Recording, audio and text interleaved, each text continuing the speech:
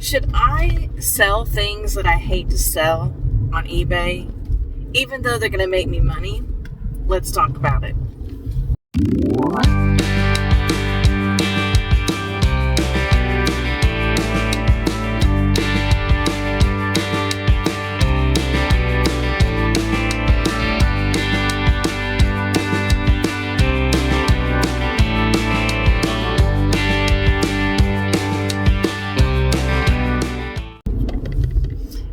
Welcome back to another car chat with Beth. I'm glad you're here. I hope you're having a fantastic day so far. I'm on my way to my parents. I'll be gone for a couple of days. And this video is in response to a podcast that I watched on Saturday, the Profit Playbook podcast. You ought to check it out with John Flip It Ain't Easy, Josh Galt, and Scott the Bearded Picker. And this episode really got my goat. Especially a comment made by someone after the video. It made me so angry, guys. So let's go ahead and get into what they were talking about. John was talking about if your main reason for reselling is to make money, then he feels like you should list anything that will make you money, or he does that. And he also feels like other people should do that too. All right. For instance, if you sell clothing and you walk into a Goodwill and you see a PlayStation 3 for $5 and you walk right past it, you don't look up what it goes for, or if you know it'll go for $200 or $300 and you still pass it up, that's really not cool, because you could have made money on that item and he would not have passed it up. Then you've got Josh Galt on the other extreme saying, well, no, I don't want to list things that I don't like to list and sell, because this is my business. I want to enjoy my business, and I'm going to end up having a death pile, which is basically what he's saying his legacy story is, of things that just don't sell because he's not good at it, because he doesn't like it and he doesn't know as much about it. And then you've got Scott, Bearded Picker, bless his heart. He's in the middle trying to referee this discussion. It didn't get heated, but it was headed that way. And he's kind of in the middle like, yeah, you should list and sell what you like to sell. But, every once in a while, if you see an item that you know is going to bring you money and, you've got the time and you will list it and not put it aside, then maybe go in and pick it up. So he's kind of in the middle. Guys, I'm sorry, but I'm going back the way I came. A guy next to me in a truck, his truck caught on fire, and he pulled it into a gas station, and which I thought was a gas station. It's really not. And so I'm driving back by to see if the fire is out and he's safe, and they've got people there, the fire truck and everything. So that really kind of worried me. I saw he pulled in there and I saw people running to help him, but just wanted to make sure. But yeah, the truck is toast. Okay, so here's what really, sorry about getting on a rant there. If you want to hear a rant, now I'm really going to do it. This person, I don't even know if I want to call him a person, in the comments said, anybody who goes to a thrift store, sees a PlayStation 3 for $5 and passes it up, they're all idiots. Okay, generalizing. All of us sellers, I took big offense to that. Call me an idiot, I would pass it up.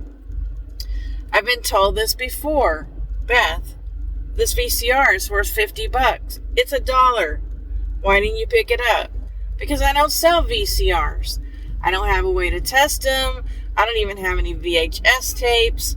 I don't have a place to store it, and I definitely don't want to ship it. So I will gladly leave, dude, this PlayStation for you as a gift from one reseller to another. And I hope you make profit on that PlayStation. I'm sure you're going to leave me plenty of plus size clothes for me. Okay? So anyway, right now I'm trying to get to the freeway. It's crazy, the traffic from this truck. Okay, so I really took offense to that, guys. I had video I did, I think it was my cultish video, is reselling community a little bit culty. I talked about, if I see a wedding dress for $10 and I know I can sell it for $100, I'm going to pass it up every time, because I don't have a way of staging a beautiful wedding dress. I don't have a way of steaming and cleaning a wedding dress. I'd have to pay somebody to do that. And then after I took the pictures, which, like I said, I don't have a place to stage a beautiful wedding dress, then I'd have to store it somewhere. And then I'd have to pack this beautiful wedding dress up in a way that a bride is going to be so excited to receive it. I don't have a way to do that. I would be a failure at that. I would get negative feedback with that. And it is not my thing, okay? So please don't let other sellers, content creators tell you what to do. I firmly believe that you should sell the things that you like. Now, I am going to talk a little bit about appliance parts, because a few years ago, when I was selling appliance parts, my wife had to listen to me bitch and complain all the time because I have arthritis in my hands, and it was very painful. The cardboard, the bubble wrap, the filler, the tape. My dog is scared of the tape gun. I mean, I complain the whole time, especially about the larger pieces. I'm terrible spatially, never could find a box on the first try. Had to try several boxes. Even when I measured the item, I would always get the wrong size box, or I didn't have a box. And so I quit selling appliance parts because I couldn't find them at a reasonable price after the pandemic. But then I got to thinking later on, when my store numbers were going down, I was like, okay, I kind of like appliance parts, but I really don't. What is something that I could do to make it more manageable, to where I'm not dreading it, to they're okay. I don't hate them anymore. And I found a way of sourcing them cheaper. And that's the flea market. Okay. That's the first thing I did. Found them cheaper. And then what I did was I just ordered a whole bunch of different size boxes. Okay. Every time I'd have to ship a part that was like a weird size and I didn't have a box for it, I'd take note of that and write that size box down. So the next time I order boxes, I had some for that particular item. Water tanks are one of my challenges because they're all different sizes. Some of these floor brushes for vacuums, would have been very difficult. So now all I have to do is, I have plenty of boxes now available. And what I went ahead and did, here's another thing. I've been using this large bubble wrap that I've been getting off of eBay for the last year and a half, because the place on Amazon I used to get it from is no longer selling it. And it was really good quality bubble wrap, and I was getting a great price. But then when they stopped selling it, I couldn't find it anywhere for a reasonable price. So I went to eBay and I started buying this large bubble wrap. It's super cheap.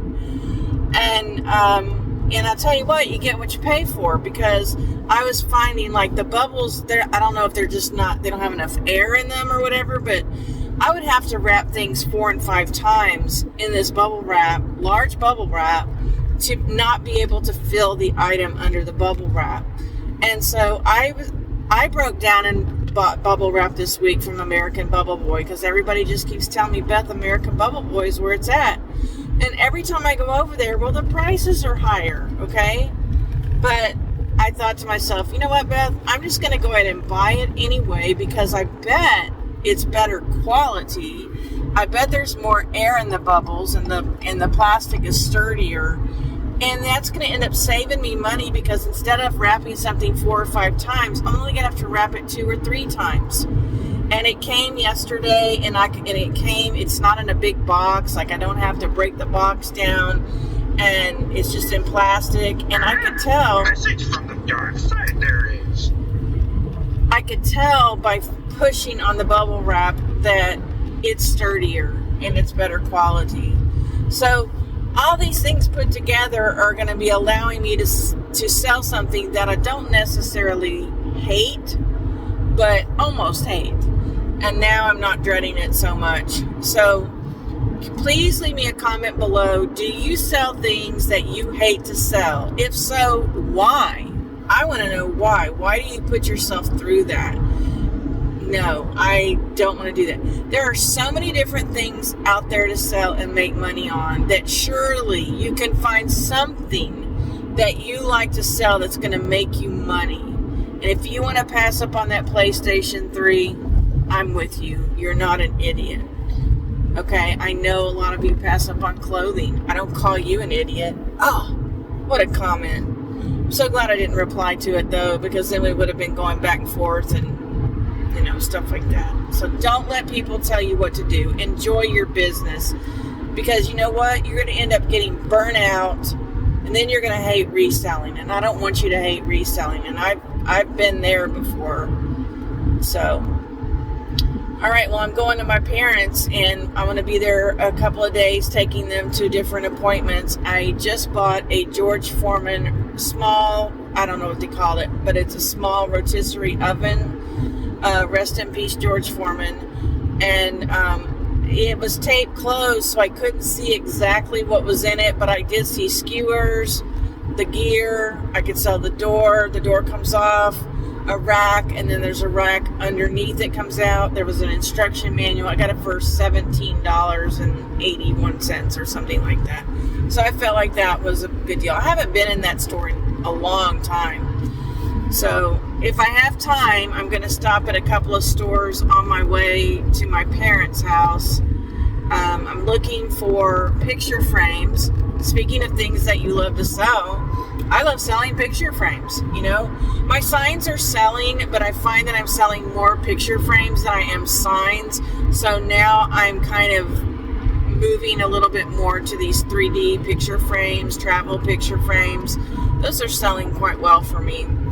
And like I said, my numbers are starting to go back up on eBay. I'm really glad, and I have not made any other sales on my Shopify.